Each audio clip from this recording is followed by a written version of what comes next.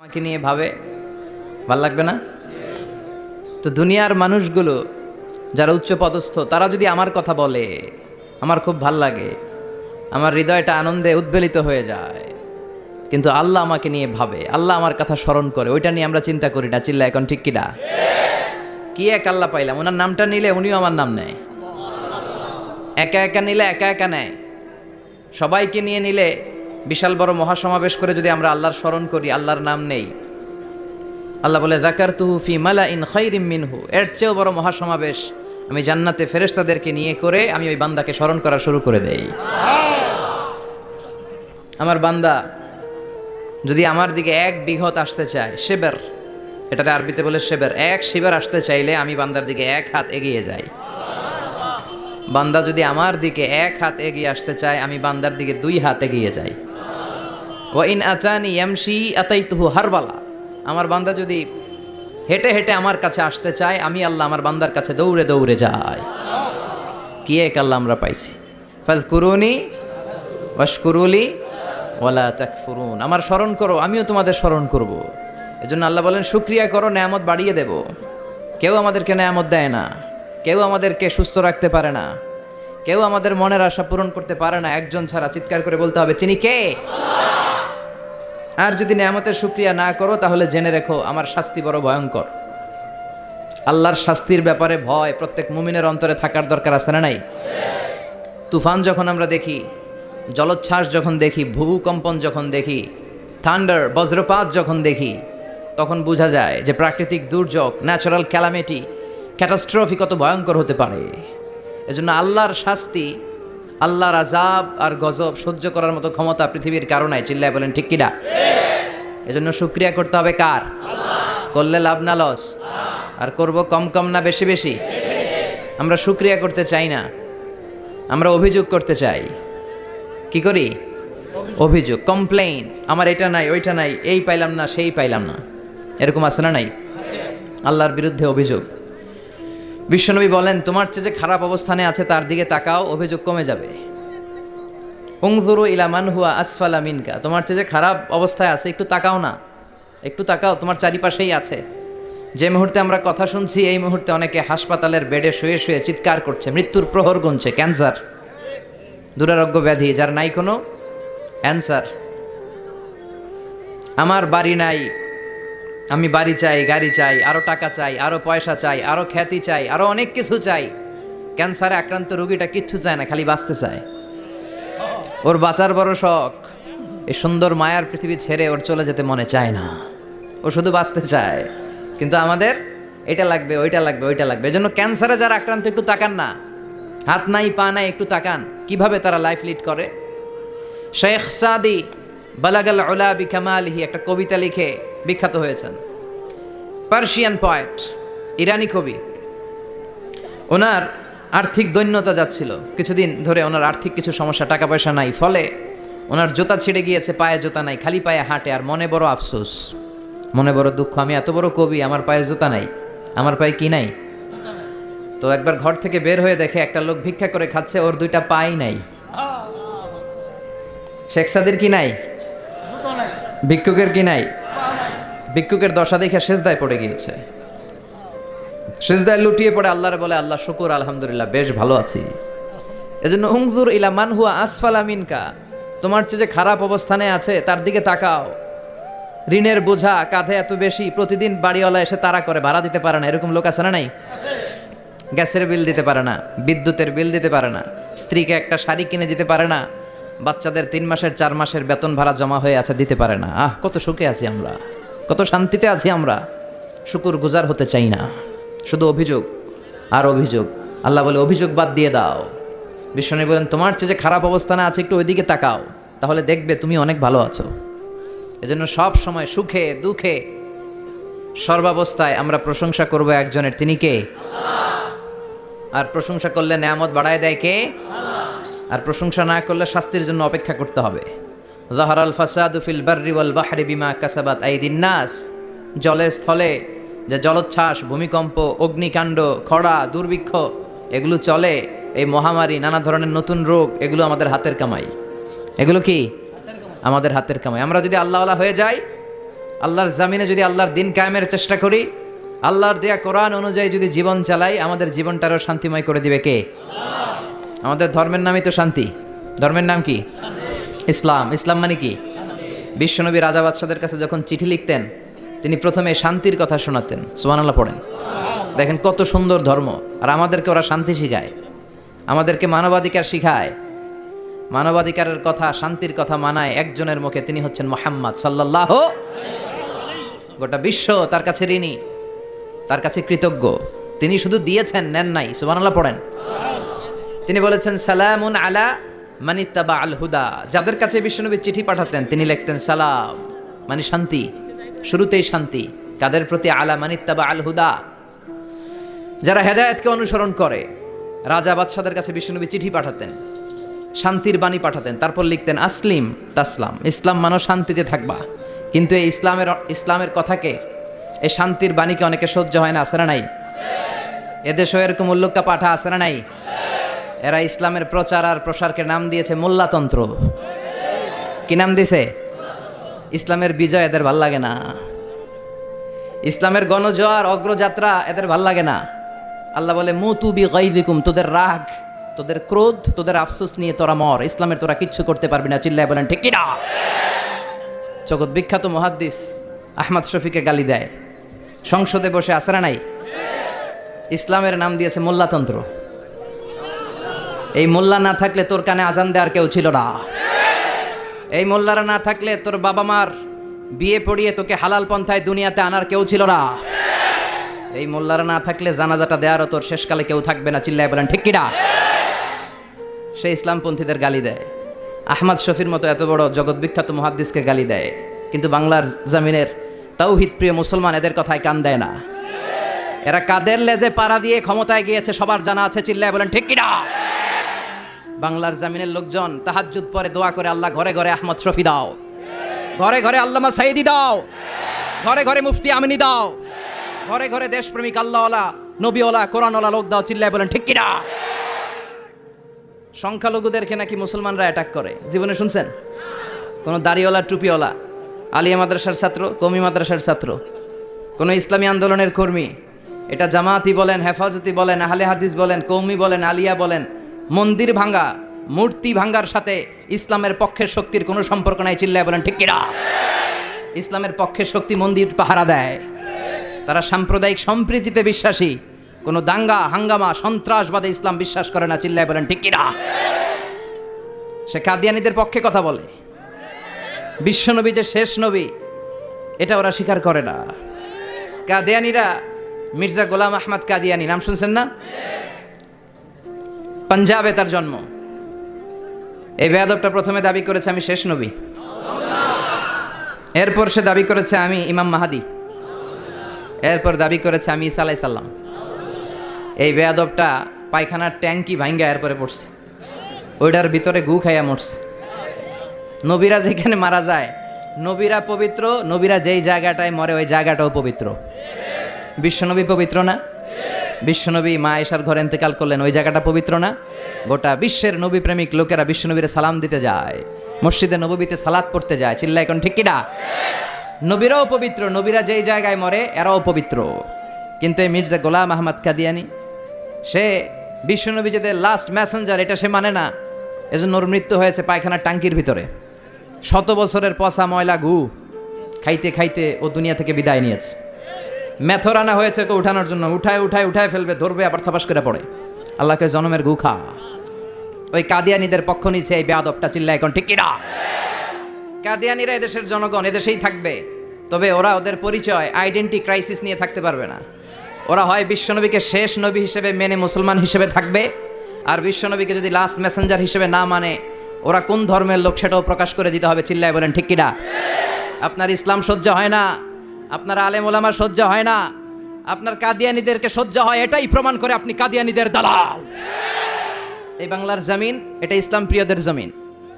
যে জমিনে আল্লাহু আকবার ধ্বনির সাথে সূর্য উঠে যায়, আল্লাহু আকবার ধ্বনির সাথে সূর্য ডুবে যায়, সে দেশে আর কিছু থাকবে না থাক ইসলাম থাকবেই, আর কিছু থাকবে না থাক কোরআন থাকবেই। এদেরকে প্রশ্রয় দিলে এরা বলে মসজিদ বন্ধ করো, মাদ্রাসা বন্ধ করো, কয়দিন পরে বলবে আজান বন্ধ করো। এরপরে আবদার তুলবে দাড়ি রাখা বন্ধ করো, তারপরে বলবে মুসলমানদের নাম রাখা বন্ধ করে দাও। এজন্য এই আবদার শুনতে মুসলমানরা রাজি নয়, চিল্লায় বলেন ঠিক কিনা? এদেরকে প্রতিহত করতে রাজি আছে মুসলমান? কারা কারা রাজি? দুহাত উঁচু করে আল্লাহর দেখাও।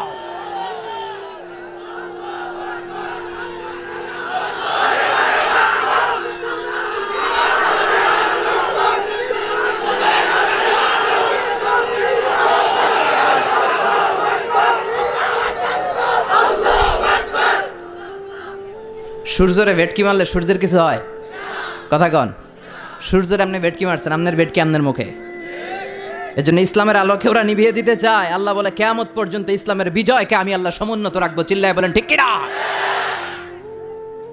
এই বেয়াদবটা এত বড় আলেমের বিরুদ্ধে কথা বলেছে, সারা বাংলাদেশে যে উত্তাল গণজোয়ার তৈরি হয়েছে, অবস্থা দৃষ্টে মনে হচ্ছে ওই আলেমের পা ধরে ওর মাপ চাওয়া লাগবে। চিল্লায় এখন ঠিক কিনা?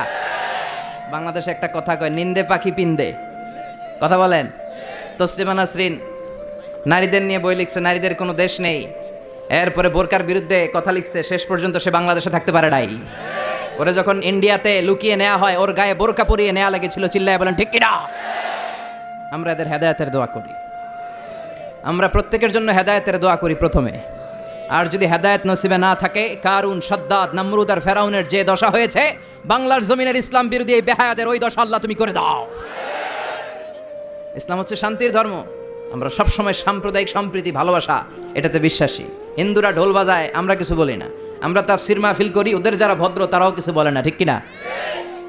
এই ইসলাম বিরোধীরা এরাই হিন্দু মুসলমানদের মধ্যে যে সম্প্রীতি, এটাকে নষ্ট করতে চায়। কিছুদিন পর পর এরকম কিছু আবাল আর উল্লুক্কা পাঠার আগমন ঘটে।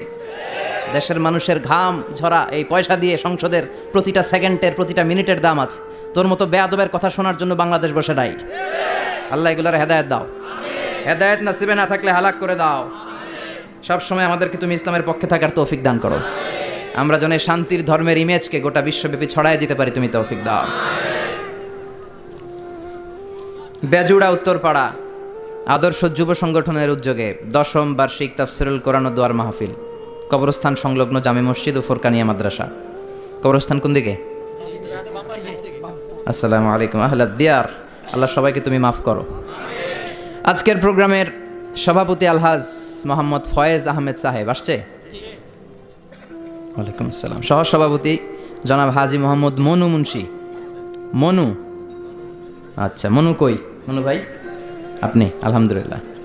বরিশালের ভাইয়ের আবার এই শব্দটা খুব পছন্দ করে, তাই না? এরা কি বলে? মনু। সুবহানাল্লাহ বলবেন না? দেখেন, এক দেশের গালি আরেক দেশের বলি, কি ভাষার ডাইভার্সিটি। এজন্য যাবেন মাঝে মাঝে শীতকালে শিক্ষা সফরে যাবেন অথবা পিকনিকে যাবেন, যে দেখবেন যে চট্টগ্রামে যখন কোনো রেস্টুরেন্টে খেতে বসবেন, ওখানকার বেয়ারা বা ওয়েটারগুলো যখন খাবার দেয় কিভাবে বলে। তারপর সিলেটে যখন যাবেন, এরা একেবারে সব কগুলারে খ বানায় ফেলায়। হ্যাঁ, তো এটা বলে। এরপরে রংপুরের দিকে গেলে আরেক ধরনের কথা বলে। বরিশালে কখনো ঘুরতে গেলে দেখবেন ওখানকার লোকেরা, ওখানকার জীববৈচিত্র্য, প্রাকৃতিক সৌন্দর্য আলাদা। এক বাংলাদেশ, আমাদের দেশটা অনেক ছোট্ট কিন্তু সৌন্দর্যের লীলাভূমি। সুবহানাল্লাহ পড়েন। এমন কিছু নাই যে দেয় নাই। কি পাহাড়, কি সাগর, কি নদী, কি সবুজ। সমস্যা হয়েছে দুর্নীতি। সমস্যাটা কি? আমি 5.5 বছর ধরে মালয়েশিয়াতে থাকি। আল্লাহ মালয়েশিয়ারে যা দিছে এর চেয়ে অনেক ঢের গুণ বেশি আমাদেরকে দিয়েছে। আমাদের দেশের পর্যটন মোটেল, পর্যটন কর্পোরেশন আর ট্যুরিজম যে মিনিস্ট্রি আছে, এটা যদি সুন্দর প্ল্যান করে এই দেশটারে কাজে লাগাতে পারতো, আমরা ট্যুরিস্টদেরকে জায়গা দিয়ে কুলাতে পারতাম না। আমাদের দেশের ছেলেপেলেরা যেগুলো লেখাপড়া করে না, এগুলো কামলা দিতে যায় বিদেশ। এই দেশটারে সাজাইলে এখানে ট্যুরিজমকে দেখাশোনা করার জন্য আমাদের প্রত্যেকটা ছেলের কর্মসংস্থানের ব্যবস্থা হয়ে যেত। এগুলো নিয়ে চিন্তা নাই। এরা ঘুরতে যায় বিভিন্ন দেশে, দেশ নিয়ে চিন্তা নাই। আল্লাহ আমাদের নেতাদেরকে তুমি হেদায়েত দাও। এজন্য ঘুরবেন, দেশটাকে ঘুরবেন। আমি আমার ছোটবেলাতেই পুরো বাংলাদেশ ঘুরে ফেলছি। আমি যখন দাখিল, আলিম, এসএসসি, এইচএসসি দেই, তখনই আমি বাংলাদেশ কাবার, কারণ ঘুরতে খুব পছন্দ হতো। কত সুন্দর দেখার মতো জায়গা আল্লাহ বাংলাদেশে রেখেছে। আপনি পঞ্চগড়ে গেলে দেখবেন কাঞ্চনজঙ্ঘা, ওখানে দাঁড়ালে আকাশটা ক্লিন থাকলে হিমালয়ের পাহাড় দেখা যায়। বাংলাদেশ থেকে দাঁড়িয়ে কাঞ্চনজঙ্ঘা থেকে হিমালয় দেখা যায়।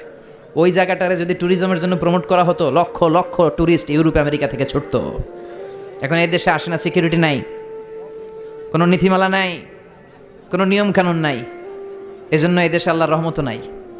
একের পর এক গজব দিয়ে আল্লাহ আমাদেরকে পরীক্ষা করছে, চিল্লা এখন ঠিক কিনা? আল্লাহ তুমি গজব থেকে বাঁচাও, তোমার রহমত নাজিল করো, আমাদের সবাইকে মাফ করো। আজকের প্রোগ্রামের প্রধান অতিথি জনাব মোহাম্মদ মাসুদ আলম, চেয়ারম্যান বিআরডিবি ব্রাহ্মণপাড়া উপজেলা পরিষদ।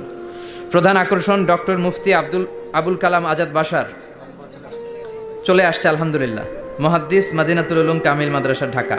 চমৎকার আলোচনা করে, বাশার ভাইয়ের আলোচনা অসাধারণ। যেটা বোঝানো শুরু করবে আপনি না বোঝা পর্যন্ত বুঝায় ছাড়বে, খাওয়ায় ছাড়বে, হজম করায় ছাড়বে। এরকম শিক্ষকের দরকার আছে না নাই? আমাদের এই শিক্ষকগুলোর সাথে সম্পর্ক রাখা দরকার, যারা কোরআন থেকে কথা বলে, মানুষকে বুঝায়, একটার পর একটা ঝামেলাপূর্ণ বিষয়কে কোরআন সুন্নাহর আলোকে খোলাসা করে দেয়। আমাদের চোখের সামনে ইসলামের নীতিমালা ফকফকে হয়ে যায়। আল্লাহ তুমি আমার প্রিয় ভাই ডক্টর মুফতি আবুল কালাম আজাদ বাশার ভাইকে কোরআনের জন্য কবুল করো, হায়াত দারাজ করো, তাকে তুমি সুস্থ রাখো। আমাকে রেখেছেন প্রধান বক্তা, খুব খুশি হয়েছি। ডক্টরও লাগান নাই, আল্লামাও লাগান নাই, আমি যা তাই লিখছেন। মোহাম্মদ মিজানুর রহমান আজহারি, অনেক শুক্রিয়া। এই ডক্টর ফক্টর লাগাবেন না, আল্লামাও লাগাবেন না, আমার ডক্টরেট শেষ হয় না এখনো। আর আমি আল্লামাও নই, কিন্তু লাগায় ফেলায় আল্লামা। আল্লামা বেসিক্যালি একজন, চিল্লায় বলেন তিনি কে? তবে হ্যাঁ, মানুষের মধ্যেও যারা অনেক জ্ঞানী, অনেক পড়াশোনা করেছে, তাদেরকেও অনেকে আল্লামা বলে, কিন্তু আমাকে এটা বলবেন না, আমি অত বড় জ্ঞানী লোক নই। আমি একজন কোরআনের শিক্ষার্থী, আমি শিখছি, শিখেই যাব আজীবন। তো আল্লামা হচ্ছে আল্লাহ। এবং নিজেকে ছোট রাখা, ছোট করাটা বিশ্বনবী পছন্দ করতেন। বিশ্বনবী বলতেন, আল্লাহ আমার চোখে আমারে ছোট বানাও, মানুষের চোখে আমারে বড় বানাও। আর আল্লাহও চায় আপনি আপনারা ছোট করেন। আল্লাহর এটা দেখতে বড্ড ভালো লাগে যে আমার বান্দা ছোট হয়ে থাকতে চায়। মান তাওয়াদা তারাফা, যে নিচে নামতেছে আল্লাহ টাইনা উঠায়, আর যে উঠতেছে আল্লাহ থাপ্পড় মেরে নিচে নামায়। কথা কন? মুসা আলাইহিস সালাম, সহিহ বুখারীর বর্ণনা, বনি ইসরাইলের লোকদের মাঝে ওয়াজ করতেছিলেন, এরকম নসিহত করছিলেন। তো একজন দাঁড়িয়ে বলল, ইয়া নবী আল্লাহ মুসা, মান আ'লামুন নাসি ফিল আরদ। হে মুসা নবী, জানতে বড় মনে চায় বর্তমান পৃথিবীর সবচেয়ে বড় জ্ঞানী কে? মুসা আলাইহিস সালাম কয় আমি। মুসা আলাইহিস সালাম কি বললেন? আনা। আসলে কথাটা ঠিক। আল্লাহ যখন যে নবীকে পৃথিবীতে পাঠায়, তখন তাকে সবচাইতে বেশি জ্ঞান দিয়ে পাঠায়। সে হিসেবে ঠিকই উনি সবচেয়ে জ্ঞানী, কিন্তু উনি এইভাবে নিজেকে সবচেয়ে বড় জ্ঞানী বলে দিবে, এটা আল্লাহর পছন্দ হয় নাই। আল্লাহ চেয়েছিলেন মুসা আলাইহিস সালাম যেন বলে আল্লাহু আ'লাম, আল্লাহই জ্ঞানী। সুবহানাল্লাহ কইবেন না? কিন্তু তা না করে উনি কি করলেন? যখন বলল সবচেয়ে বড় জ্ঞানী কে, উনি হুট করে কি বলে ফেললেন? আনা, আমি। আল্লাহ এটা পছন্দ করেনি। আল্লাহ ডেকে বললেন, মুসা ইউ আর অ্যাবসলিউটলি রং, তুমি ভুল করেছো, তুমি সবচেয়ে জ্ঞানী নও, তোমার চেয়ে বড় জ্ঞানী আছে। সুবহানাল্লাহ পড়েন। তার মানে জানার কোনো শেষ নাই, জাননেওয়ালার উপর জাননেওয়ালা আছে। আর সবচেয়ে বড় জাননেওয়ালা কে? মুসা আলাইহিস সালাম রে আল্লাহ বললেন, মুসা তোমার চেয়ে বড় জ্ঞানী আছে, তার নাম হচ্ছে খাদির। কি নাম? আরো জোরে বলেন, কি নাম? খাদির। উনি কোনো জায়গায় বসলে ওখানে ঘাস লতা পাতা যদি শুকনো থাকতো, ওনার বরকতে ওগুলো সবুজ হয়ে যেত, এজন্য ওনার নাম খাদির। কিন্তু আমরা বলি খিজির। আমরা কি বলি? খিজির। আল্লাহ বললেন, ইযহাব ইলা মাজমাইল বাহরাইন, দুই সাগরের মিলন কেন্দ্র, ওখানে যাও, ওখানে যে এমন এক বান্দার সন্ধান পাবা সে তোমার চেয়েও জ্ঞানী। সুবহানাল্লাহ পড়েন। তাহলে আমি সবচেয়ে বড় জ্ঞানী, আমি আল্লামা, এটা বলতে পারে শয়তান। চিল্লা এখন ঠিক কিনা? এজন্য আমরা যেন নিজে সবসময় ছোট করে উপস্থাপন করি, তাহলে আল্লাহর দরবারে আপনি বড় হয়ে যাবেন। কথা বুঝতে পেরেছেন? আল্লাহ আমাদের সবাইকে কথাগুলো বুঝার ও আমল করার তৌফিক দান করুক। আমরা পড়ি আমিন। কি হয়েছে ওইখানে? মানুষ জায়গা হয় না? আচ্ছা জি, ভলান্টিয়ার্স যারা আছেন তারা ওই যে কাপড়গুলো খুলে দেন। খুলেই তো দিছে, তারপরেও জায়গা হচ্ছে না। কি আর করবেন? একটু কষ্ট করে শুনতে হবে। কষ্ট আছে যেখানে, সওয়াব আছে সেখানে। দাঁড়ায় শুনলে বেশি সওয়াব, তো ওনাদেরকে বেশি সওয়াব থেকে বঞ্চিত করবেন কেন? সওয়াব নেই কোনারা, আপনারা সওয়াব নেন, সওয়াব পাবেন ইনশাআল্লাহ। কষ্ট হচ্ছে না তো? এই মাহফিলে একবারে বসে যেতে হয়, টানা হিচড়া আমি করি না। টানা হিচড়া করলে ক্যামেরাওয়ালারা উল্টায় পড়বে, এই ক্যামেরাম্যানরা, তারপর একটা বিশৃঙ্খলা সৃষ্টি হবে। এজন্য টানা হিচড়ার দরকার নেই, যে যেখানে আছেন থাকেন। আবহাওয়াটা খুব সুন্দর আবহাওয়া, গরমও না ঠান্ডাও না। কি বলেন? আলহামদুলিল্লাহ পড়ি। কোনো আওয়াজ হবে না আশেপাশে, এই যে আপনি লাগবে না, থাকেন ওইভাবেই থাকেন। যে যেখানে আছি ওইভাবে থাকি, কোনো আওয়াজ হবে না। আমার সময় খুব কম, একটু পরেই আমাদের প্রধান মুফাসসির চলে আসবে। উনি আসার আগ পর্যন্ত কিছু কথা আমরা শোনার চেষ্টা করি, শিখার চেষ্টা করি। আমরা শিখতে এসেছি, শিখতেই হবে, আপনাকে পড়তেই হবে। কোরআনের প্রথম কথা হচ্ছে পড়ো আর নিজের জীবন গড়ো। ঠিক কি না? পড়তেই হবে আপনাকে, না পড়ে উপায় নাই। যখন যে অবস্থায় থাকবেন পড়বেন। জীবনে আমার একটা কিছু মটো আছে, লক্ষ্য, এটাকে খেয়াল করে আমি চলি। বিষয়টা হচ্ছে এরকম যে আমি কখনো হারি না, আমি হয় জিতি নয় শিখি। এরকম একটা অ্যাটিটিউড রাখবেন যে শিখতে আমাকে হবেই, কিন্তু হেরে যাব না আমরা। চিল্লায় বলেন ঠিক কিনা? এবং শিখাটাই আপনাকে মুক্তি দিতে পারে। এজন্যই কোরআনের প্রথম কথা আল্লাহ শিখার ব্যাপারে উদ্বুদ্ধ করেছেন। আল্লাহ বলেছেন, ইকরা বিসমি রাব্বিকাল্লাযী খালাক, read in the name of your lord who has created, পড়ো তোমার প্রভুর নামে যিনি তোমায় শিখিয়েছেন। এজন্য পড়তে হবে, জানতে হবে। আসেন আমরা সরাসরি মহাবিশ্বয় মহাগ্রন্থ আল কোরআন থেকে শুনি। উদ্দেশ্য হচ্ছে যে আমরা নিজেদেরকে আলোকিত করব, উই এনলাইটেন আওয়ারসেলফ, ভিতরটাকে আলোকিত করব, আলোকিত মানুষ হব, সাদা মনের মানুষ হব, আল্লাহওয়ালা হব ইনশাল্লাহ। পড়েন। উদ্দেশ্য যদি ভালো হয়, সওয়াব কামিয়ে আপনি শেষ করতে পারবেন না। আর উদ্দেশ্যে যদি ভেজাল থাকে, কোনো লাভ নাই। হাবা মানসুরা, সব শেষ। এগুলারে উঠাইলে, মিজানের পাল্লায় উঠালে কোনো ধরনের ওজন হবে না। আজকের এই তাফসির মাহফিল আমরা এসেছি শিখার জন্য আর একজনকে খুশি করার জন্য। তিনি কে? আল্লাহ তুমি কবুল করো। আমি আপনাদের খেদমতে সূরাতু আদ-দুহা তেলাওয়াত করেছি। এই সূরাটা মুখস্থ আছে না অনেকের? কমন একটা সূরা, প্রায় আমরা সালাতে পড়ি, মক্তবেই তো এগুলো শিখে ফেলছি, ঠিক কি না? তো এই যে সূরাটা খুব বেশি পড়া হয়, খুব বেশি শোনা হয়, আসলে এই সূরায় আল্লাহ কি শিক্ষা কর্মসূচি আমাদেরকে দিলেন জানার দরকার আছে না নাই? আসেন আজকের এই চমৎকার রজনীতে আমরা সূরাতুদ দুহার আলোকে কিছু কথা শুনি। এটা কোরআনের 30তম পাড়ায় অবস্থিত একটা সূরা। কততম পাড়া? এটা মাক্কি সূরা। একটু আওয়াজ করে বলবেন, কি সূরা? এই সূরার আয়াত সংখ্যা 11টি। কয়টি? 11টি। এটা কোরআনের একটা মোটিভেশনাল সূরা। কি সূরা? মোটিভেশনাল। আমরা প্রায় এই শব্দটা শুনি না, মোটিভেশন। এটা কোরআনের মোটিভেশনাল সূরা, অনুপ্রেরণাদায়ক। এই দুইটা সূরা অনুপ্রেরণাদায়ক। ফাইন্না মাআল উসরি ইউসরা, আল্লাহ বলেছেন ফাইন্না মাআল উসরি ইউসরা, কষ্টের পরেই আছে সুখ। কষ্টের পরেই আছে সুখ। আমাদের জীবনে সুখ বেশি, কষ্ট কম। কয়দিন না খেয়েছিলাম, কয়দিন বিপদে পড়ছি, কয়দিন ডাকাইতে ধরছে, 1 মাসের মধ্যে অসুস্থ থাকি কয়দিন আর সুস্থ থাকি কয়দিন, এটা হিসাব করে না। অসুস্থ যে ছিল খালি এটা খেয়াল রাখে, আছে না নাই? তার মানে ইন্না মাআল উসরি ইউসরা, দুঃখের পরে আছে সুখ, মোটিভেশন। প্রাণটা আবার উদ্বেলিত হয়ে ওঠে, তাই তো আসলেই তো দুঃখের পরে সুখ। এজন্য কষ্ট যখন পাবেন, অসুস্থ যখন হবেন, ওইখানেও আনন্দ করবেন, কারণ সামনে আরাম আসতেছে। সুবহানাল্লাহ পড়েন। মুমিনের হারাবার কিছু নাই, দুঃখ পাওয়ার কিছু নাই। মুমিন অসুস্থ হলে অসুস্থতার মাধ্যমে তার রোগের মাধ্যমে তার গুনাহ ঝরে যায়, সে আল্লাহর কাছে প্রিয় হয়ে ওঠে। তা আমাদেরকে কেউ হারাইতে পারে? কথা বলেন, আমাদের কেউ ভয় দেখাইতে পারে? মোটিভেশনাল সূরা, সূরাতুল ইনশিরাহ আর সূরাতুদ দুহা। এখানে অনেক হিউজ মোটিভেশন আছে।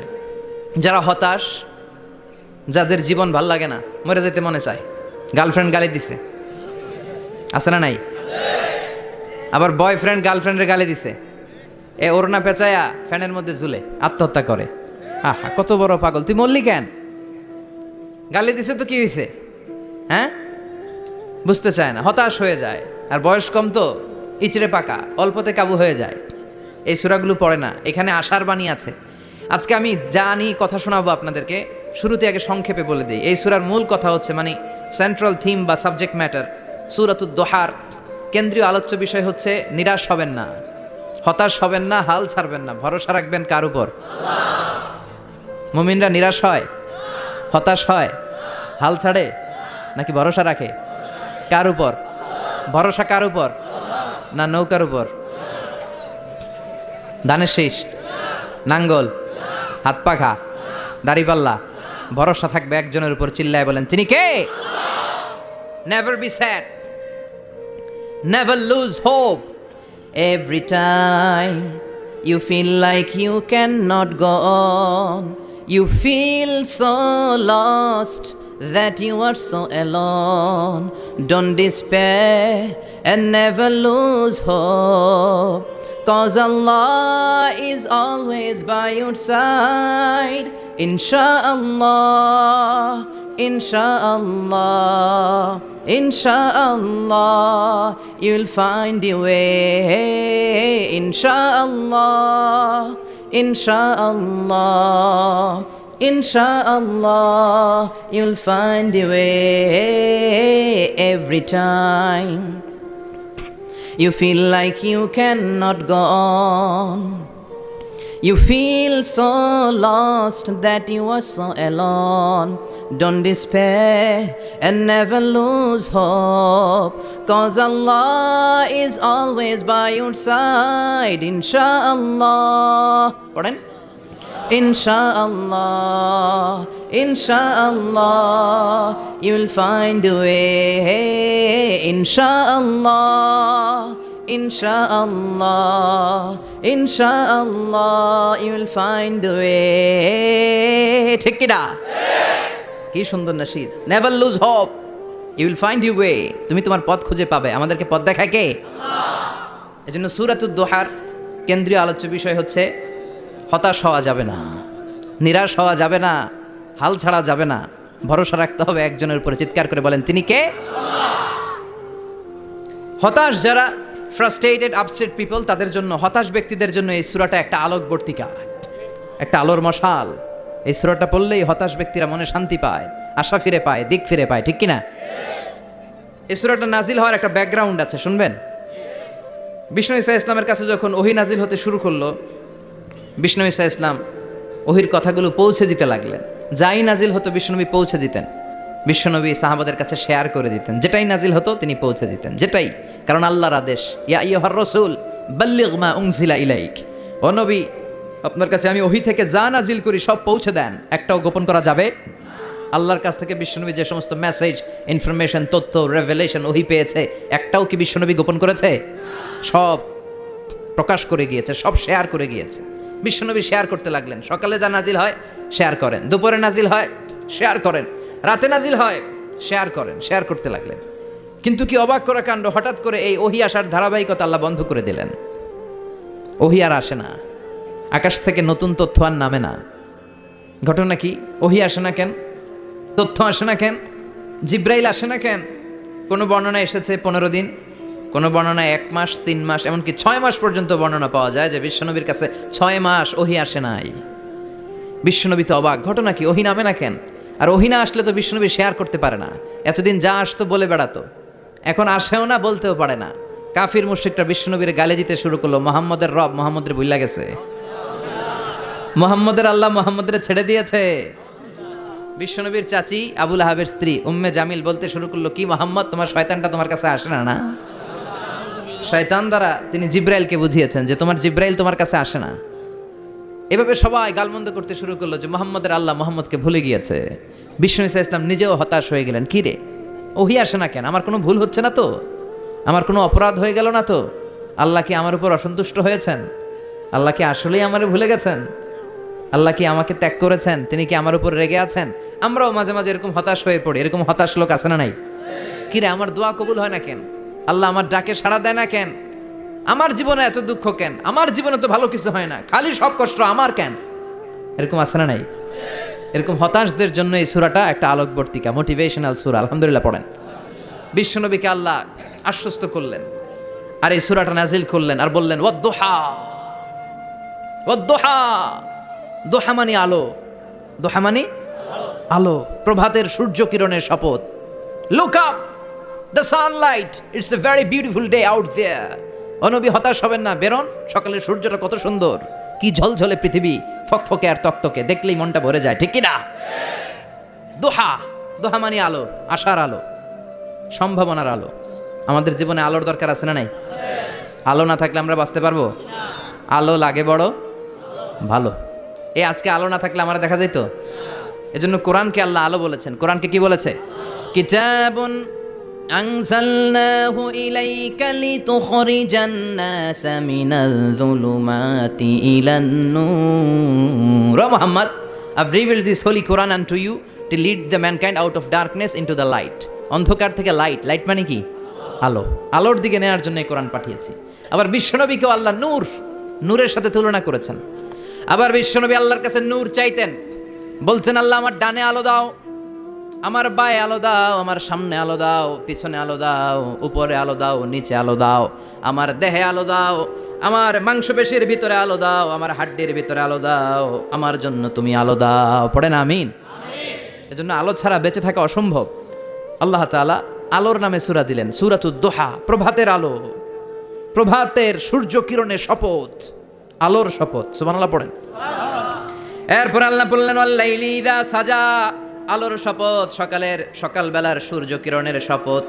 দ্বিতীয় আয়াতে আল্লাহ বললেন রাত্রিবেলার শপথ, যখন রাত্রিটা নিঝুম হয় নিস্তব্ধ, নিঝুম আর নিস্তব্ধ রাতের শপথ।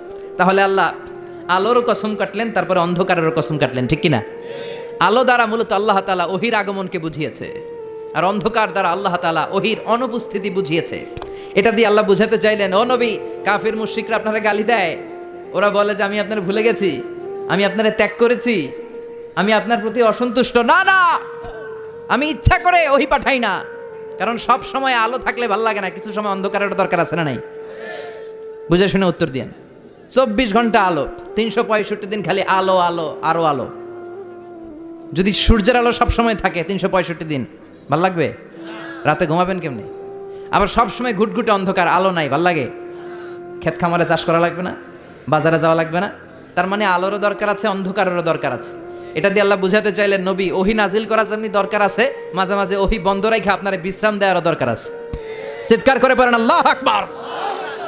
এজন্য আল্লাহ বললেন ওয়াদ-দুহা ওয়াল-লাইলি ইযা সাজা মা ওয়াদ্দা'কা রাব্বুকা ওয়া মা ক্বালা ওয়ালাল আখিরাতু খায়রুল লাকা মিনাল উলা। সুবহানাল্লাহ পড়েন। ও নবী, প্রভাতের সূর্য কিরণের শপথ, নিঝুম নিস্তব্ধ রাত্রিবেলার শপথ, আলো আর অন্ধকারের শপথ করে আমি বললাম, আপনার প্রভু আপনারে ভুলে যায় নাই, আপনার উপর অসন্তুষ্ট হয় নাই।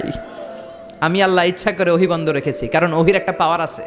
বারবার ওহি রিসিভ করলে আপনার স্নায়ু এটা সহ্য করতে পারবে না, আপনার দেহ এটারে বরদাস্ত করতে পারবে না। নবী, আমি আপনার প্রতি এত রহম দিল, এত ভালোবাসি, বারবার ওহি নিতে নিতে আপনার যে কষ্ট হয়, এই কষ্টটা আমার আল্লাহর সহ্য হয় না। এজন্য আমি আল্লাহ ইচ্ছা করে কিছুদিন ওহি বন্ধ রাখছি। সুবহানাল্লাহ পড়েন। তার মানে এই নয় যে আমি আপনারে ভুলে গিয়েছি, আমি আপনারে ছেড়ে দিয়েছি। আরে নবী, আমি তো আমার নামের সাথে আপনার নামকে জুড়ে দিয়েছি। লা ইলাহা ইল্লাল্লাহ মুহাম্মাদুর রাসূলুল্লাহ। যেখানে আমার আল্লাহর নাম, সেখানেই বিশ্বনবীর নাম আছে না নাই? আজান যখন দেই আল্লাহু আকবারের পরে বিশ্বনবীর নাম আছে না নাই? একামতে আছে না নাই? আবার আল্লাহর জন্য যখন সালাত আদায় করি, শেষ বৈঠকে বিশ্বনবীর উপর দুরূদ আছে না নাই? ওয়া রাফা'না লাকা যিকরাক। ও নবী, আপনার নামকে আমি অনেক উপরে তুলে ধরেছি। আমার নাম যেখানে, আপনার নাম ওইখানে, গোটা বিশ্বব্যাপী আপনার নাম ছড়ায় যাবে। ওরা আপনারে গালি দেয় কবি বলে, ওরা গালি দেয় গণক বলে, ওরা বলে আপনি আবতার, লেস কাটা। আসলে যারা আপনারে গালি দেয় ওরাই লেস কাটা। ওরা আপনারে বলে আপনি নির্বংশ, আপনার ছেলেগুলো বেঁচে নাই, মেয়ে বেঁচে আছে, আপনার নাম নেয়ার কেউ থাকবে না। ওই আবু জাহেল, উতবা, সাইবা, ওদের নাম নেয়ার কেউ থাকবে না। আপনি লেস কাটা নন, আপনি নির্বংশ নন। ইন্না শানিয়াকা, চিল্লায় বলেন ইন্না শানিয়াকা। যারা আপনারা গালি দেয়, আপনারা নিয়ে কটু কথা বলে, ওরাই লেস কাটা, ওরাই নির্বংশ, ওদের বংশকে আমি আল্লাহই নির্বংশ করে ছাড়ি। চিল্লায় বলেন ঠিক কি না? ও নবী, মা ওয়াদ্দা'কা রাব্বুকা ওয়া মা ক্বালা। আপনার রব আপনারে পরিত্যাগ করে নাই, আপনারে ভুলে যায় নাই, আপনারে ছেড়ে দেয় নাই। আপনার রব ইচ্ছা করেই ওহী নাজিল বন্ধ করে রেখেছে। আমি ইচ্ছা করেই আপনারে প্রেসার দিতে চাই নাই গো নবী, কারণ ওহী রিসিভ করা অনেক কঠিন। এটা আস্তে আস্তে আপনি অভ্যস্ত হবেন। সুবহানাল্লাহ পড়েন। ওহির একটা পাওয়ার আছে না নাই? আমরা তো কি মজায় মজায় কোরআন পাইছি। এই যে কি সুন্দর কোরআন নিয়ে বসে পড়ি, তাফসির করি, কি মজার কোরআন। আহা, এই কোরআনটা রিসিভ করতে যে বিশ্বনবীর কত কষ্ট হয়েছে। এই কোরআনকে আল্লাহ বলেছেন এটা কাউলান সাকিলা, very heavy and weighty word, এটা অনেক ওজনওয়ালা কথা। ইন্না সানুলকি আলাইকা কাউলান, এটার অনেক ওজন। এই কোরআনটা যদি পাহাড়ের উপরে নাজিল করা হতো, পাহাড়গুলো দুমড়ে মুচড়ে ভেঙে টুকরো টুকরো হয়ে খান খান হয়ে যেত, ঠিক কি না? এত কঠিন বানিয়ে এটা। ও নবী, আমি আলোর সাথে ওহির মিল ঘটিয়েছি, আলো দিয়ে ওহিকে বুঝিয়েছি। সূর্যের যেমনি কিরণ আছে, তেজ আছে, এই ওহিরও একটা তেজ আছে। এই তেজ, এই কিরণ আপনি সব সময় সহ্য করতে পারবেন না। এজন্য আমি ইচ্ছা করে কিছুদিন ওহি নাজিল করা বন্ধ করে রেখেছি। সুবহানাল্লাহ পড়েন। ইচ্ছে করে আমি নাজিল করি নাই। সব সময় নাজিল হলে আপনার ভালো লাগতো না। বুখারীর বর্ণনা মা আয়েশা বলতেন শীতের রাতে কনকনে মাঘ মাসের শীতের রাতে যখন বিশ্বনবীর উপর কোরআনের আয়াত নাজিল হতো বিশ্বনবী ঘেমে ঘেমে একাকার হয়ে যেতেন। হাত্তা লা ইয়াতাফাসসাদু জাবিনুহু আরাকান, বিশ্বনবীর দাড়ি আর থুতনি বেয়ে ঝরঝর করে পানি পড়তো। আমরা কম্বল গায়ে দিয়ে থাকি আর বিশ্বনবী ঘামে। সুবহানাল্লাহ কইবেন না? এটা কওলান সাকিলা, অনেক ওজনওয়ালা কথা। আবার বিশ্বনবী যখন ওটের উপরে বসে থাকা অবস্থায় কোরআনের আয়াত নাজিল হতো, ওটের বুকটা মুহূর্তের মধ্যে বালুর মধ্যে জমিনের মধ্যে লেগে যেত। ঘোড়ায় চড়া অবস্থায় বিশ্বনবীর কাছে যখন কোরআন নাজিল হতো, ঘোড়ার পাগুলো মরুভূমির বালুতে দেবে যেত। মাঝে মাঝে বিশ্বনবী সাহাবাদের রানের উপরে পায়ের উপরে মাথা দিয়ে শুয়ে পড়তেন ক্লান্ত শ্রান্ত। যায়েদ বিন হারেসা বিশ্বনবীর পালক পুত্র, তার পায়ের উপরে মাথা রেখে বিশ্বনবী একবার কথা বলতে বলতে ঘুমিয়ে পড়লেন। ঘণ্টাখানিক ঘুমালেন। যায়েদ বিন হারেসা বলে আমার কাছে তেমন কোনো কষ্টই হচ্ছে না, বিশ্বনবীর মাথাটা খুব বেশি ওজন মনে হচ্ছে না। ঘণ্টাখানিক পর বিশ্বনবী চোখ খুললেন, আর খোলা মাত্রই ওনার উপর ওহী কোরআনের আয়াত নাজিল করতে শুরু করলো। কে? যায়েদ বিন হারেসা বলে যখনই কোরআনের আয়াত নাজিল হতে শুরু করলো আমার মনে হচ্ছে বিশ্বনবীর মাথাটা 50-60 কেজি ওজন বেড়ে গিয়েছে। বিশ্বনবীর মাথার ওজনে আমার পায়ের রান ফেটে যাবে, আমার পায়ের হাড্ডি ফেটে যাবে, আমার পাটা ভেঙে খান খান হয়ে যাবে মনে হচ্ছিল। তার মানে কোরআনের আয়াত যখন নাজিল হয় বিশ্বনবীর উপর একটা প্রেশার আছে না নাই? এই জন্য আল্লাহ বললেন নবী আমি আপনার ভুলে যাই নাই।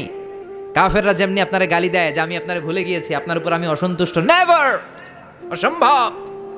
আমি আপনার উপর কখনো অসন্তুষ্ট নই, বরং আমি ইচ্ছা করি আপনার উপর থেকে প্রেশার কমিয়ে দেওয়ার জন্য কয়েকদিন ইচ্ছা করে আপনারে ছুটিতে রাখছি।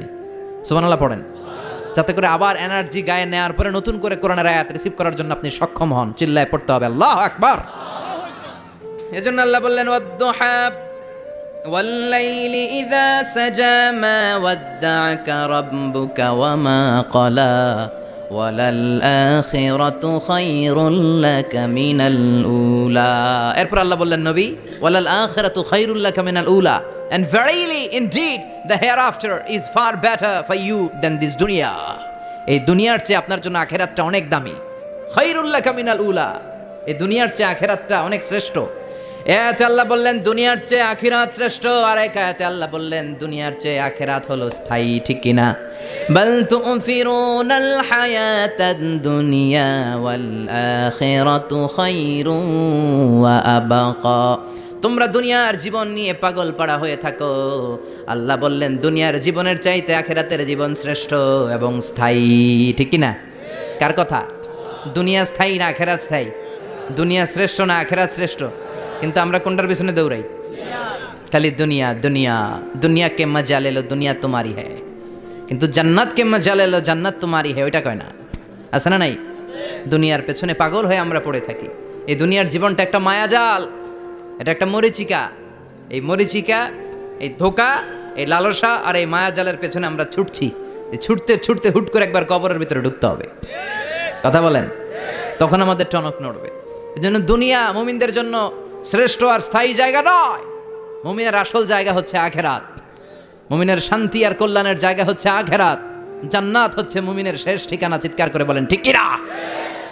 সেটাই বিশ্বনবীরে বললেন নবী কাফির মুশরিকদের কথা আপনি কান দিবেন না, ওদের কথায় হতাশ হবেন না, নিরাশ হবেন না, হাল ছাড়বেন না, ভরসা রাখবেন কার উপর?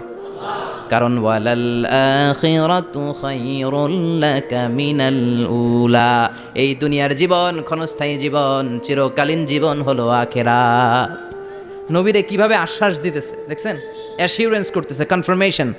এই সূরাটা যে শান্তির সূরা, মোটিভেশনের সূরা, অনুপ্রেরণার সূরা, ইন্সপাইরেশন যে জায়গায়, প্রতিটা আয়াতে আপনি ইন্সপাইরেশন পাবেন। তো প্রতিটা আয়াতে আপনি উজ্জীবিত হবেন, সজীব হবেন, এনথিউজিয়াস্টিক এন্ড এনার্জেটিক হবেন, আপনি এনার্জি ফিরে পাবেন।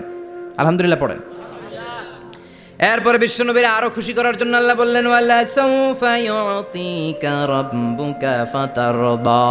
ও নবী, অচিরে এমন এমন জিনিস আমি আপনারে দান করব, এগুলো পেয়ে আপনি খুশি হয়ে যাবেন। কে বলে? কারে বলে? শুনতেছেন? বুঝতেছেন? কষ্ট হচ্ছে না তো? ওয়ালা সাউফা ইউতিকা রাব্বুকা ফাতারদা, অচিরেই এমন এমন জিনিস আমি আল্লাহ আপনারে দান করবো। ওরা আপনারে গালি দেয়, ওদের কথায় আপনার মন খারাপ, আপনি হতাশ, ভয় পাবেন না নবী, হতাশ হবেন না, নিরাশ হবেন না, আমার উপর ভরসা রাখেন না। এমন এমন জিনিস আমি আপনারে দেব, ফাতারদা, ওগুলো পেয়ে আপনি খুশি হয়ে যাবেন। সুবহানাল্লাহ পড়েন। আল্লাহর কাজই হলো বিশ্বনবীরে খুশি রাখা। Verily I'm gonna give you something that will make you happy. এমন জিনিস আপনারা দিব নবী, আপনি খুশি হয়ে যাবেন। আল্লাহর কাজই হচ্ছে বিশ্বনবীরে খুশি রাখা। যেখানে বিশ্বনবীর মন খারাপ ওইখানে বিশ্বনবীর আল্লাহ আছে না নাই? বিশ্বনবীর উপাধি দিয়েছেন আল্লাহ হাবিবুল্লাহ। কি দিয়েছে? আর সাইয়েদনা ইব্রাহিমের উপাধি খলিলুল্লাহ। দুইজনই আল্লাহর প্রিয়, দুইজনই উলুল আজমি মিনার রসুল। কিন্তু খলিল মানেও বন্ধু, হাবিব মানেও বন্ধু। খলিল মানে এমন বন্ধু যেই বন্ধু আল্লাহরে খুশি করার জন্য কাজ করে, আর হাবিব মানে এমন বন্ধু যেই বন্ধুরে খুশি রাখার জন্য আল্লাহ নিজেই কাজ করে। কি শান, কি মান এই নবীর! আর ওই নবীরে গালি দেয়। এগুলো জাহান্নামের নরকীট আর পিতৃ পরিচয়হীন জারদ সন্তান। As a father, as a teacher, as a commander, as a lawgiver, as a lawmaker, as a reformer of the society, Muhammad is the superman of the world. উনি সুপারম্যান, উনি অসাধারণ ব্যক্তিত্ব, আনপ্যারালাল পার্সোনালিটি। ওনার জীবনী নিয়ে পড়া শুরু করলে এটা শেষ হয় না। বিয়ন্ডলেস, বাউন্ডলেস, বটমলেস, এটা তলাবিহীন সাগর। বিশ্বনবীর জীবনী একটা সাগর, কিন্তু সাগরের কি নাই? সুবহানাল্লাহ কইবেন না? এই বিশ্বনবীর খুশি রাখা কার কাজ? যেখানে বিশ্বনবী হতাশ, যেখানে বিশ্বনবীর মন খারাপ, বিশ্বনবীর মন ভালো করে দেয় কে? এজন্য আল্লাহ বললেন ওয়ালা সাউফা ইউতিকা রাব্বুকা, অচিরেই আপনার রব আপনাকে এমন এমন জিনিস দান করবে নবী, এগুলো পেয়ে আপনি খুশি হয়ে যাবেন। কিভাবে নবী খুশি হয়েছে, কিভাবে নবীর আল্লাহ খুশি রাখবে শুনবেন? শুনবেন শুনবেন? দেখেন, খেয়াল করে বুঝতে হবে কিভাবে আল্লাহ তাআলা বিশ্বনবীকে খুশি করেন। দেখেন, বিশ্বনবীর প্রথম কোথায় খুশি করলেন? বিশ্বনবী মক্কার জমিনে দাওয়াতি কাজ যখন শুরু করলেন, তিনি দেখলেন বিশ্বনবী খুব ভালো অ্যানালাইসিস করতে পারতেন। তিনি মক্কার সোসাইটিটাকে, সমাজটাকে বিশ্লেষণ করে অ্যানালাইজ করে উনি দেখলেন যে এই মক্কায় দাওয়াতি কাজের একটা শক্ত অবস্থান নিতে হলে দুইজন লোকের একজন আমার চাই। সুবহানাল্লাহ পড়েন। কি বিশ্লেষণ শক্তি, কি চিন্তা শক্তি!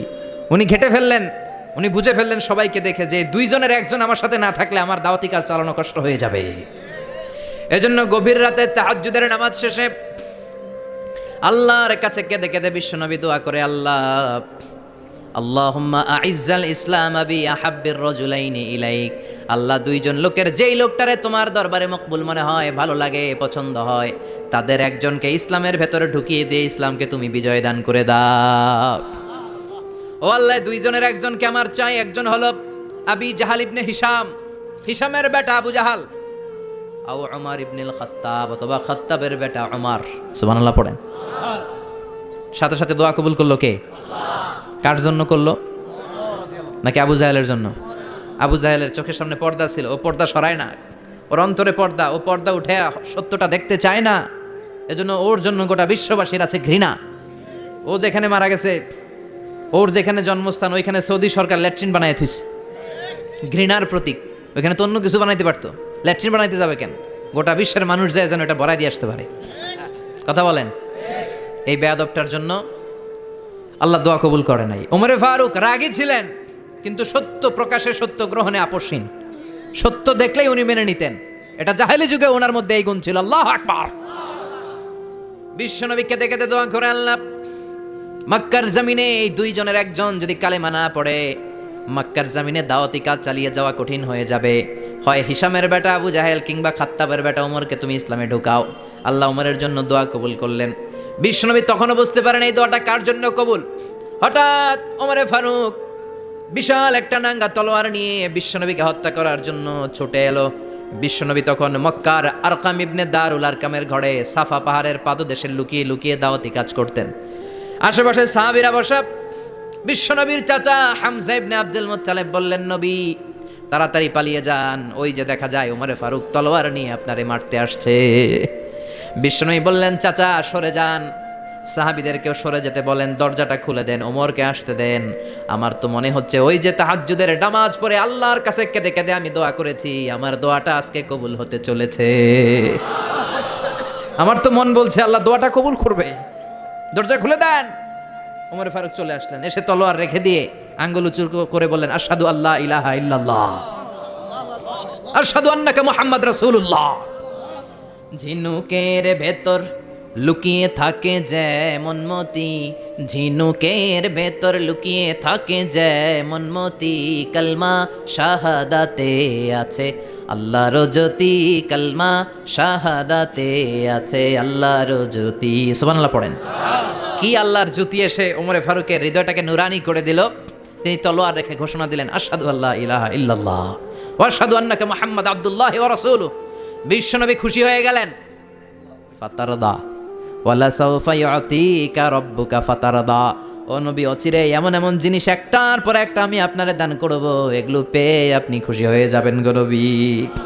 আপনার অন্তরে দুঃখ, কষ্ট, হতাশা, আপসেট হওয়ার মানসিকতা, ফ্রাস্ট্রেশন কিছু আল্লাহ রাখবো না। ওয়ালা সাউফা ইউতিকা রাব্বুকা ফাতারদা। অচিরে এমন এমন জিনিস আমি আল্লাহ আপনারে দেব, আপনি খুশি হয়ে যাবেন। ওমরে ফারুকের ইসলাম ধর্ম গ্রহণ করানোর মাধ্যমে বিশ্বনবীর মনটারে খুশি করে দিল কে? ফাতারদা। বিশ্বনবী খুশি হয়ে গেলেন। পাইছেন আল্লাহ কিভাবে বিশ্বনবীরে খুশি করে? সুবহানাল্লাহ পড়বেন না? এরপরে বিশ্বনবী মক্কা থেকে তায়েফে দাওয়াত দিতে গেলেন। কোথায়? হজ উমরা যারা করেছেন 70 থেকে 75 80 কিলো দূরে পাহাড়ি পথ বেয়ে বেয়ে উঠতে হয়, 6-7 হাজার ফিট উপরে পাহাড়ের উপরেই তায়েফের শহর, তায়েফ সিটি। ঠান্ডা। ওইখানে গেলে মনেই হবে না এটা সৌদি আরব। ওইখানে জ্যাকেট লাগে। কি লাগে? জ্যাকেট। বিশ্বনবী কষ্ট করে 80 কিলোমিটার পথ পাড়ি দিয়ে তায়েফের ছেলেদেরকে দাওয়াত দিতে গেলেন। কিন্তু বিশ্বনবীর দাওয়াতি এই ডাকে, এই আহ্বানে তারা সাড়া দেয় নাই। বিশ্বনবীর এই দাওয়াতকে তারা রিজেক্ট করেছে। বিশ্বনবীকে পাথর মেরেছে। বিশ্বনবীর মোবারক দেহটাকে রক্তাক্ত করেছে। আমার নবীর এই সুন্দর দেহটা বেয়ে বেয়ে ঝরঝর করে রক্ত ঝরেছে। তায়েফের মাটি সাক্ষী, তায়েফের পাথর সাক্ষী। 3টা জায়গায় বিশ্বনবী বেহুশ হয়েছে। এখনো ওখানে গেলে স্থানীয় লোকরা বলে, বংশ পরম্পরায় ওরা জেনে এসেছিল যে এই জায়গাগুলোতে বিশ্বনবীকে আঘাত করা হয়েছে। এখনো লোকজন দেখায়, এখানে পড়েছিল বিশ্বনবী, ওখানে পড়েছিল, ওখানে পড়েছিল, ওই খেজুর বাগানে বিশ্বনবী লুকিয়েছিল। আজও ওখানে খেজুর বাগানই করে রাখছে ওরা। আল্লাহু আকবার পড়েন।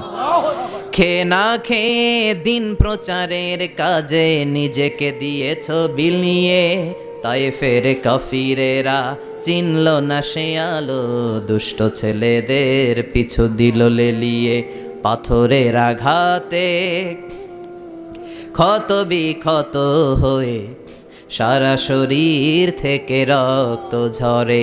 হে রাসূল, তোমাকে ভুলি আমি কেমন করে, হাজার ব্যথা বেদনার পরে, ফিরে আসনি তুমি আপন ঘরে, দিনের আলো তুমি ছড়িয়ে দিতে, চলে গেলে মদিনায় মক্কা ছেড়ে। হে রাসূল, তোমাকে ভুলি আমি কেমন করে, হে রাসূল, তোমাকে ভুলি আমি কেমন করে। ঠিক কি না? পাথর মেরে বিশ্বনবীকে রক্তাক্ত করা হলো। বিশ্বনবী রক্তাক্ত। বিশ্বনবীর সাহাবা সাইয়েদনা যায়েদ রাদিয়াল্লাহু তাআলা আনহু কুয়া থেকে পানি এনে বিশ্বনবীর গা থেকে রক্তগুলো ঝেড়ে ফেলে দেয়। বিশ্বনবীর গায়ের মধ্যে পানি দিয়ে হাত পাগুলো ধুইয়ে দেয়। বিশ্বনবী কাঁদে। আহা, কাঁদে। রহমতের নবী কাঁদে, আরেকজনের জন্য কাঁদে, নিজের কোনো লাভ নাই। মায়ের খাইছে, ওরা যেন বাঁচে জাহান্নামের আগুন থেকে। সুবহানাল্লাহ কইবেন না? ওদেরকে বাঁচাইতে আসছিল জাহান্নামের মায়ের থেকে, জাহান্নামের শাস্তি থেকে। ওদেরকে বাঁচানোর জন্য নবী মায়ের খেয়েছে। চিল্লা এখন ঠিক কি না? কেঁদে কেঁদে বিশ্বনবী হয়রান। যায়েদ রাদিয়াল্লাহু তাআলা আনহু বিশ্বনবীর সান্ত্বনা দেন, নবী কাঁদবেন না। হামলাতুল জিবাল, পাহাড় রক্ষী ফেরেশতারা এসে বলে, নবী আপনি শুধু অর্ডার করেন, এই যে পাহাড়ের গিরিপথ, এই 2টা গিরিপথ, এই 2টা পাহাড় এমন ভাবে 2 দিক থেকে চাপা দেব গো নবী, তায়েফের সবগুলো ছেলের মুহূর্তের মধ্যে ধূলিসাৎ করে দেব। বিষ্ণুই বললেন, না, আমি ক্ষমা করে দিলাম, আমি ক্ষমা করে দিলাম। আমার গায়ের উপরে যারা অত্যাচার করে এর কোনোটার প্রতিশোধ আমি নেই না। আমি শুধু প্রতিশোধ নেই যারা ইসলামের বিরোধিতা করে। চিল্লায় বলেন ঠিক কি না? বিশ্বনবীকে আঘাত করা হয়েছে, তার গায়ে শারীরিক কষ্ট, এটার শাস্তি বিশ্বনবী দিতেন না, কখনোই দিতেন না, ক্ষমা করে দিতেন। কিন্তু ইসলামকে মারাত্মকভাবে যদি ইসলামের বিরুদ্ধাচরণ কেউ যদি করতো, শুধু তাদের উপর বিশ্বনবী তলোয়ার চালাতেন। চিৎকার করে বলতে হবে ঠিক কিনা? বিশ্বনবী কাঁদলেন। কে দেখে বিশ্বনবীর কান্না? নিজের জন্য কাঁদে না, ওদের জন্য কাঁদে। আর বললেন, না ফেরেশতারা, ওদেরকে তোমরা মেরে ফেলো না, হয়তো ওরা কালিমা পড়ে নাই, ওদের ভবিষ্যৎ প্রজন্মদের মধ্য থেকে কেউ না কেউ কালিমার বাণী পড়বে। তাই হয়েছে। তায়েফে গেলে হৃদয়টা ঠান্ডা হয়ে যায়। মসজিদ আর মসজিদ, মসজিদ আর মসজিদ, আল্লাহ আল্লাহদের ভিড়, চমৎকার এক পরিবেশ তায়েফের পরিবেশ। বিশ্বনবী কেঁদে কেঁদে হয়রান। আল্লাহর রসের উপর থেকে টের পাচ্ছে বিশ্বনবীর মনটা ভালো না। এত আশা নিয়ে ভরসা নিয়ে কোথাও জায়গা না পেয়ে তায়েফের এখানে আসলাম দাওয়াত দেওয়ার জন্য। তায়েফের ছেলেগুলো দাওয়াতের আমার দাওয়াত গ্রহণ করলো না। বিশ্বনবীর মনটা বড্ড খারাপ। বিশ্বনবী নামাজে দাঁড়িয়ে গেলেন। বিশ্বনবী নামাজে দাঁড়িয়ে তেলাওয়াত করছেন, পাশ দিয়ে একদল জিন বিশ্বনবীর পাশ দিয়ে চলে যাচ্ছিল। একদল জিন, জিন জাতি চলে যাচ্ছে, আর বিশ্বনবীর তেলাওয়াত শুনে তারা থমকে দাঁড়ায়। কিরে, এত সুন্দর কোরআন, এরকম তো শুনি নাই। ইনি কে? খোঁজখবর নিয়ে দেখলেন ইনি বিশ্বনবী। সুবহানাল্লাহ পড়েন। তারপরে এরা ছুটে গেল এলাকায়। এলাকায় যে এরা ঘোষণা দেয়া শুরু করলো, ইন্না সামি'না কুরআনান আজাবা ইয়াহদি ইলার রুশদি ফাআমান্না বিহি। নিশ্চয় আমরা আজীব চমৎকার কোরআন তেলাওয়াত শুনে এসেছি। এই তেলাওয়াত সাধারণ তেলাওয়াত নয়, এই আয়াত দুনিয়ার মানুষের বানানো আয়াত নয়। এই আয়াতগুলো পাঠিয়েছে কে? আল্লাহ। এই আয়াতগুলো ইয়াহদি ইলার রুশদি, হেদায়েতের দিকে মানুষকে পথ দেখায়। তাই আমরা যারা এই তেলাওয়াত শুনেছি, আমান্না বিহি, এই তেলাওয়াত শুনে, কোরআন শুনে, বিশ্বনবীর কণ্ঠে তেলাওয়াত শুনে আমরা সবাই ঈমান এনে মুসলমান হয়ে গেলাম। বিশ্বনবী তখনও জানে না জিনেরা যে মুসলমান হয়েছে। বিশ্বনবী নামাজ পড়ে যখন বসলেন, সাইয়েদনা জিব্রাইল মারফত আল্লাহ বিশ্বনবীরে জানায়, ও নবী হতাশ হন কেন? হতাশ হবেন না, নিরাশ হবেন না, হাল ছাড়বেন না, ভরসা রাখবেন কার উপর? ও নবী হতাশ হন কেন? দাওয়াত দিতে এসেছিলেন তায়েফের যুবকদেরকে। তায়েফের যুবকরা দাওয়াত কবুল করে নাই তো কি হয়েছে? তার বিপরীতে অদৃশ্য জগতের একটা প্রাণী, জিন জাতি, তারা আপনার কণ্ঠের সুন্দর তেলাওয়াত শুনে কালিমা পড়ে মুসলমান হয়ে গিয়েছে গো নবী। বিশ্বনবীরে শোনায় দিলেন, ফাতারাদা, বিশ্বনবী আবার খুশি হয়ে গেলেন। ওয়ালা সাউফা ইউতিকা রাব্বুকা। যেখানে বিশ্বনবীর মন খারাপ, বিশ্বনবীরে ভালো করার থেরাপি আল্লাহর জানা আছে না নাই? সুবহানাল্লাহ পড়েন। যেখানেই বিশ্বনবীর মন খারাপ, সেখানে বিশ্বনবীর মন ভালো করে দেয় কে? এরপরে বিশ্বনবীর কলিজার টুকরা খাদিজাতুল কুবরা তাহেরা ইন্তেকাল করলেন। বিশ্বনবীর মনটা, হৃদয়টা আবার ভেঙে খান খান হয়ে যায়। খাদিজাতুল কুবরা তাহেরা ছিল বিশ্বনবীর প্রথম স্ত্রী। নিজের যত সম্পদ ছিল সব বিশ্বনবীর পায়ের সামনে ঢেলে দিয়েছে, সব ঢেলে দিয়েছে বিশ্বনবীর জন্য। উনিও স্ত্রী, আমাদের স্ত্রীগুলাও স্ত্রী, পার্থক্য আছে না নাই? আহা, নিজের যা ছিল সব দিয়ে দিল স্বামীরে। বিশ্বনবী বলতেন, রুজিক তো হব্বাহা। খাদিজাতুল কুবরার ভালোবাসা সহিহ মুসলিমের বর্ণনা, আল্লাহ আমার হৃদয়ের ভিতরে রিজিক হিসেবে দিয়েছে। দোয়া করলে আল্লাহর কাছে বলছেন, আল্লাহ কিয়ামতের কঠিন দিন, যেদিন বন্ধু বন্ধুরে চিনবে না, ভাই ভাইরে চিনবে না, পীর সাহেব মুরিদরে চিনবে না, মুরিদ পীর সাহেবরে চিনবে না, দলের নেতা কর্মীরে চিনবে না, কর্মী দলের নেতারে চিনবে না, ওই কঠিন বিপদের দিনে আমি আমার খাদিজারে যেন ভুলে না যাই। একটা মহিলাকে রব্বুল আলামিন আরশের উপর থেকে সালাম জানিয়েছেন, মহিলাটার নাম হলো খাদিজা। ইসলামের সর্বপ্রথম কালিমা পড়ে যেই নারীটা মুসলমান হয়েছেন তিনি হচ্ছেন খাদিজাতুল কুবরা তাহেরা। এই খাদিজাতুল কুবরা তাহেরা ইন্তেকাল করলেন। বিশ্বনবীর হৃদয়টা ভেঙে খান খান হয়ে যায়, হৃদয়টা ভেঙে যায়। এরপর চাচা আবু তালেব তিনিও ইন্তেকাল করলেন। বিশ্বনবীর হৃদয়টা, মনটা বিষণ্ণ হয়ে যায়, চিন্তায় পেরেশান হয়ে যায়। ডানে বায়ে তাকিয়ে দেখে বিশ্বনবীর সাহায্য করার কেউ নাই, সব দিকে খালি শত্রু, সব দিকে বিশ্বনবীর দুশ্মন। কলিজার টুকরা স্ত্রী বাসায় নাই, শেল্টার দেওয়ার মতো চাচাও নাই। বিশ্বনবীর মনে হয় গোটা দুনিয়ায় যেন তার কেউ নাই। বিশ্বনবী আবার হতাশ হয়ে পড়লেন। কিন্তু বিশ্বনবী যদি হতাশ হয়, ওনার মন ভালো করার একজন আছে। তিনি কে? আল্লাহ বললেন, জিব্রাইল যাও, আমার নবীর মন খারাপ, স্ত্রীর বিয়োগে বিশ্বনবী বিষণ্ণ, চাচা চলে গেল, বিশ্বনবীর হৃদয়টা ভেঙে খান খান হয়ে যায়। বিশ্বনবীরে বলো দুনিয়ায় থাকার দরকার নাই, ডেকে আমার আরশে নিয়ে আসো, আমার সাথে কথা বললে বিশ্বনবীর মন ভালো হয়ে যাবে। আমার সাথে কথা বললে নবীর মন ভালো হয়ে যাবে। সুবহানাল্লাহ পড়েন। কি নবী, ওনার ভালো করা, মন ভালো করে দেয় আল্লাহর কাজ। সুবহানাল্লাযী আসরা বিআবদিহি লাইলাম মিনাল মাসজিদিল হারামি ইলাল মাসজিদিল আকসা।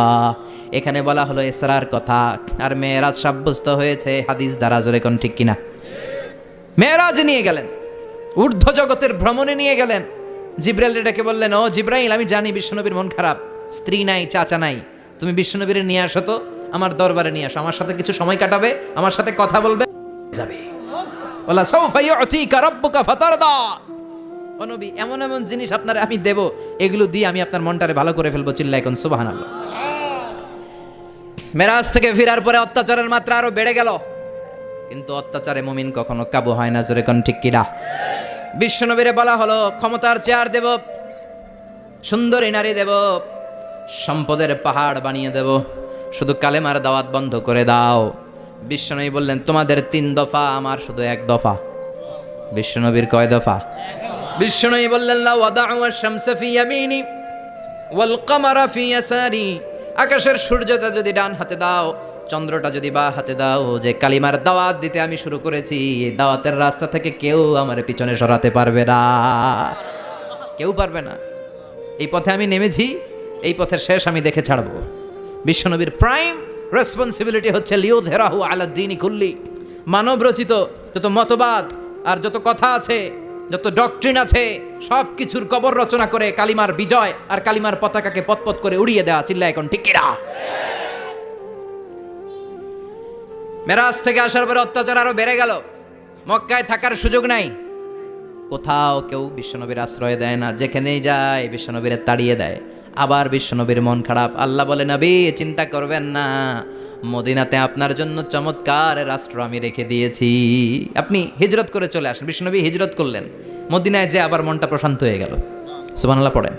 তার মানে যেই জায়গায় বিশ্বনবীর ব্লকেজ, রাস্তা আটকে যায়, নতুন রাস্তা খুলে দেয় কে? এজন্য মুমিনের রাস্তা কখনো বন্ধ হয় না।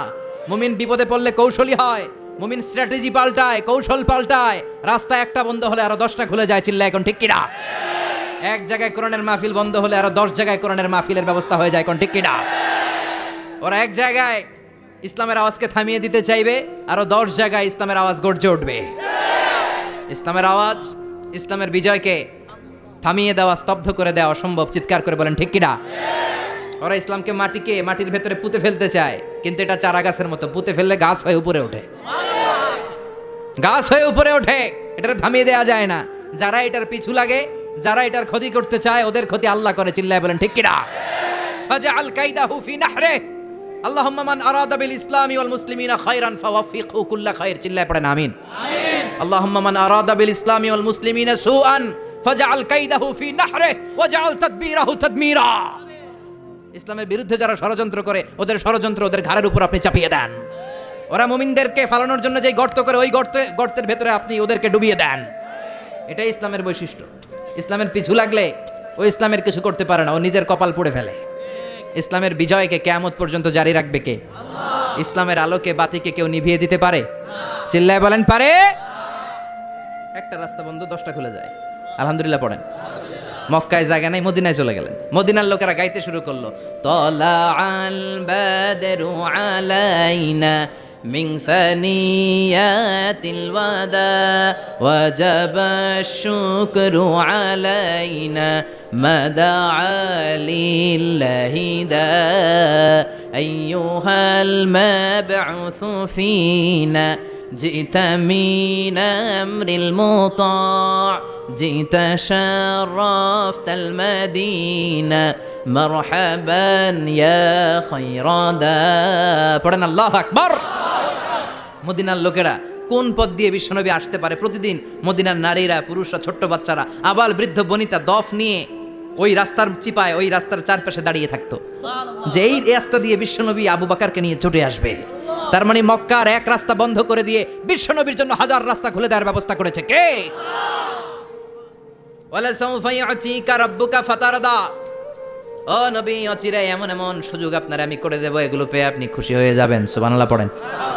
মদিনায় আসলেন, আসার পরেই আল্লাহ তাআলা কিবলা পরিবর্তন করে দিলেন। এতদিন বিশ্বনবী কাবার দিকে নামাজ পড়তেন, এখন বাইতুল মুকাদ্দাসের দিকে নামাজ পড়ার জন্য অর্ডার করলেন। বিশ্বনবী কি আর করবেন? অর্ডারটা কার? নামাজ শুরু করলেন। ইহুদিরাও যেদিকে নামাজ পড়ে, বিশ্বনবী ওই দিকেই নামাজ পড়ে। বাইতুল মুকাদ্দাস 1 মাস, 2 মাস, 3 মাস যেতে যেতে 16 মাস কিংবা 17 মাস, কিন্তু বিশ্বনবীর এটা ভালো লাগে না। বিশ্বনবীর মনে চায় আমার বংশের গোড়া, আমার আদি পিতা ইসমাঈল আর ইব্রাহিম আলাইহিস সালাম যেই কাবার দিকে হয়ে সালাত পড়তো, ওই কাবার দিকে হয়ে যদি আমিও পড়তে পারতাম। এই দৃশ্যটা আরশের উপর থেকে দেখে কে? আল্লাহ আয়াত নাজিল করে দিলেন, قد نرى تقلب وجهك في السماء فلنولينك قبلة ترضاها فولي وجهك شطر المسجد الحرام। আল্লাহ বলেন, নবী আমি দেখি প্রতিদিন নামাজের পরে আপনি মাথাটারে আকাশের দিকে, উপরের দিকে করেন, আর মনে মনে ভাবেন এই বুঝে আল্লাহ জিব্রাইলের মারফত আমারে জানিয়ে দিবে কাবার দিকে হয়ে যেন নামাজ পড়ি।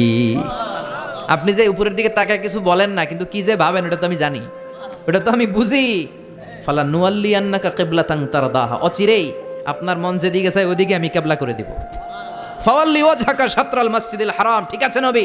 আর যখন আপনার দেরি হয় না, এখনই আপনি চেহারাটা বাইতুল মুকাদ্দাস থেকে মসজিদুল হারামের দিকে ঘুরিয়ে কিবলামুখী হয়ে নামাজ পড়া শুরু করে দেন। বিশ্বনবীর মনে চায় না বাইতুল মুকাদ্দাসে পড়তে, মনে চায় কাবার দিকে পড়তে। মুহূর্তের মধ্যেই মুকাদ্দাস থেকে কাবার দিকে কিবলা পরিবর্তন করে দিল কে? বিশ্বনবীরে খুশি করে দেয়া কার কাজ? ওলা সাউফা ইয়াতিকা রাব্বুকা, অচিরেই এমন এমন জিনিস নবী আপনার আমি দিব, আপনি খুশি হয়ে যাবেন, আপনার হতাশা থাকবে না। কিন্তু নবীর হতাশাও কাটে না। মদিনায় বসে আবার হতাশ, আবার কাঁদে, আর বলে আল্লাহ আমার আগের উম্মতদেরকে কাউকে হায়াত দিয়েছ 2000 বছর, কাউরে দিয়েছ 3000 বছর, যারা কম পাইছে তারাও পাইছে 1000 বছর, ঠিক কিনা? যারা হায়াত পেয়েছে বেশি তারা ইবাদত করার সুযোগ পেয়েছেও। ওয়া আমারু উম্মতি মা বাইনা 60 ইলা 70, কিন্তু আমার উম্মতের গড় বয়স হলো 60 থেকে 70। 60 থেকে 70-এর মধ্যে শেষ। যারা বয়সী পেল 60-70, কি আর ইবাদত করবে? আগের উম্মতরে এত বছর বেশি দিলা কেন, আমার উম্মতরে কম দিলা কেন? বিশ্বনবীর টেনশন আছে না নাই? আবার হতাশ, আহা আমার উম্মতের কি হবে? উম্মতি উম্মতি আজীবন কেঁদেছেন। আল্লাহু আকবার। বিশ্বনবী বললেন আমার উম্মতি মা বাইনা 60 ইলা 70, আমার উম্মতের গড় বয়স 60 থেকে 70-এর মধ্যে সব শেষ। আপনাদের এই এলাকার কি অবস্থা? হ্যাঁ চাচা, আপনার বয়স কত? এরমই কত গো? 70। আল্লাহ আরো 70 বছর দিও। 100 বছর আছেন কে কে দেখি? 100। তুমি 100? বেটা তোর 20 বছরই তো হয় নাই। 100 ও ভুলে দাঁড়াইছে। আচ্ছা আর আর আচ্ছা 90 আছে নাকি এদিকে? 90 নাই না? 80 আছে? 80 নেই? এই যে আছে বোধহয়। কত হবে আপনার? কাছাকাছি হবে? আলহামদুলিল্লাহ, আল্লাহ আরো হায়াত দারাজ করো। তো দেখছেন মুরব্বীদেরকে আমরা হারাতে বসেছি, পাই না। 80 70 পাওয়া যায় না। মা বাইনা 60 ইলা 70, 60 থেকে 70-এর মধ্যে বেশিরভাগই শেষ। জোরে কোন ঠিক কিনা? বিশ্বনবী আবার কাঁদলেন, আল্লাহ আগের উম্মতেরা হায়াত পেত বেশি, আমার উম্মতের হায়াত কম, তারা ইবাদত করত বেশি, আমার উম্মতের কি হবে? আল্লাহ বললেন চিন্তা নাই, ইন্না আনজালনাহু ফি লাইলাতিল কদর ওয়া মা আদরাকা মা লাইলাতুল কদরি, লাইলাতুল কদরি খায়রুম মিন আলফি শাহর। সুবহানাল্লাহ পড়ে। ও নবী, ওদেরকে হায়াত বেশি দিছি, কদর দেই নাই। আপনার উম্মতদেরকে হায়াত কম দিছি, কিন্তু লাইলাতুল কদর দিয়েছি। লাইলাতুল কদরি খায়রুম মিন আলফি শাহর, 1000 মাসের চেয়ে সেরা। আপনার উম্মতেরা বয়স কম পেয়েছে ঠিক, কিন্তু কদরের রাতে এক রাত ইবাদত করলে 1000 রাতের ইবাদতের যে সওয়াব তার চেয়ে বেশি সওয়াব হয়ে যাবে। ফাতারদা, আবার নবী খুশি হয়ে গেলেন। সুবহানাল্লাহ কইবেন না? যেখানে নবীর মন খারাপ, নবীর মন ভালো করে দেয় কে? এরপর একটার পর একটা বিজয় বিশ্বনবীকে দিল কে? বদরের বিজয় দান করলো কে? আমাদেরকে বিজয় দেয় কে? বদরের বিজয়, উহুদের বিজয়, মক্কা বিজয়। সুবহানাল্লাহ পড়েন। মক্কা বিজয় হওয়ার পরে বিশ্বনবী গণধর্ষণ করছে নাকি? গণহত্যা, জেনোসাইড, হ্যাঁ, বাড়ি ঘর মক্কার সবার জ্বালাই দিয়েছিল আগুন দিয়া। কি করছিলেন? ক্ষমা।